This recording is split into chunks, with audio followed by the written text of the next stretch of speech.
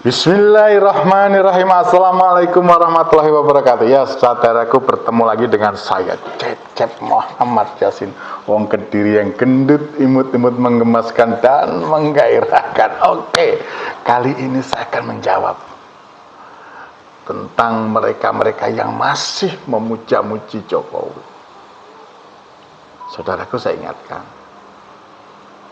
pada jenengan-jenengan yang memuja-muji Jokowi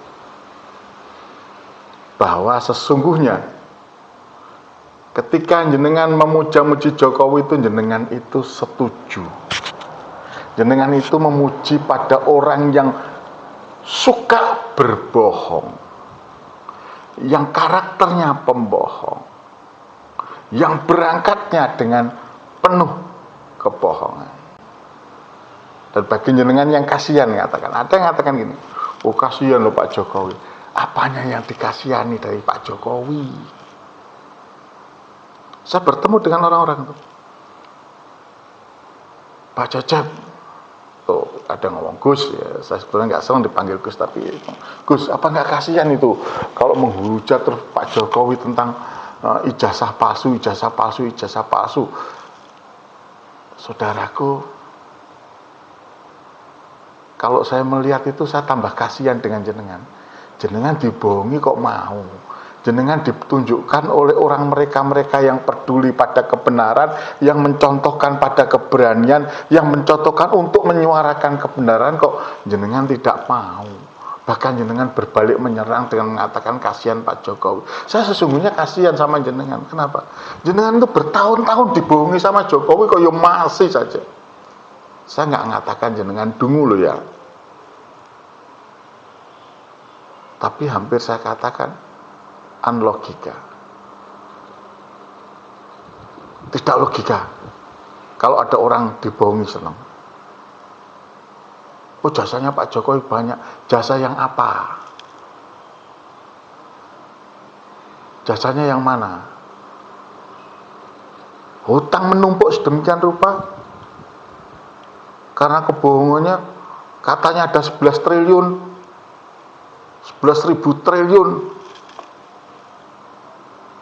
11.000 triliun bukan sedikit loh. Utang kita lunas semua itu. Ternyata sampai sekarang nggak ada. Tapi oke lah, saya katakan supaya sampean sadar kebohongan pertama Pak Jokowi yang masih sampai sekarang masih ingat. Saya buka ini dan ini dibantah semuanya oleh sosok yang dulu menjadi wakilnya, yaitu Bapak F.X. Rudiatmoko. Nah, ini ceritanya. Oke, ini faktanya, ini kejadiannya. Monggo, silahkan teliti lagi tentang kebohongan Jokowi tentang mobil SMK. Oke. Sekarang berapa sih harganya yang bisa dijual nanti?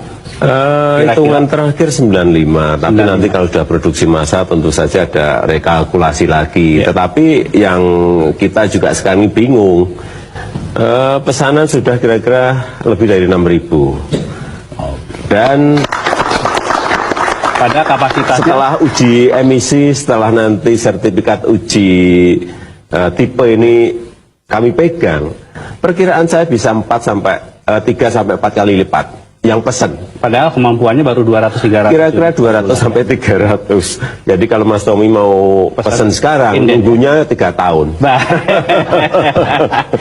Begitu sangat istimewanya mobil ini. Masa Presiden mau membuat pabrik sendiri, bikin mobil SMK sendiri, yang bener aja kamu itu gimana? Gimana? Tanggapan? Loh, itu urusan orang industri, urusan saya, urusan apa dengan produksi SMK itu? Nggak ada urusan. Jadi begini Pak ceritanya, mobil SMK ini sebetulnya mobil pendidikan. Untuk pelatihan bagi anak-anak SMK.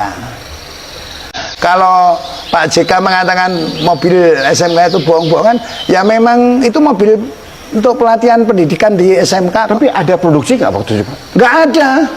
Terus kenapa kok diekspos bahwa soal itu mobil rakyat akan diproduksi? Lah karena mungkin untuk pencitraan atau bagaimana, saya nggak ngerti. Saya kan nggak habis pikir sampai karena kita itu. semua kena prank ini. Nah, kena prank. Nah, saudaraku sudah mendengarkan, jelas mobil SMK itu adalah kebohongan Jokowi. Dengan sadar gak bahwa dia berangkat dari sini dapat dikatakan bahwa dia berangkat dari kebohongan, berlanjut kepada kejulasan-kejulasan yang lain. Oke, itu dulu saudaraku. Nanti dalam episode selanjutnya juga akan saya buka tentang kebohongan lain daripada Jokowi, supaya sampean melek ini kebohongan Jokowi ke-1. Oke, itu saudaraku yang bisa saya sampaikan. Fisabilillah wastabiqul khairat. Wassalamualaikum warahmatullahi wabarakatuh. Ya, Cecep Muhammad Yasin Mongkeding gendut imut-imut, menggemaskan dan menggairahkan, menyampaikan tetap peduli pada Palestina.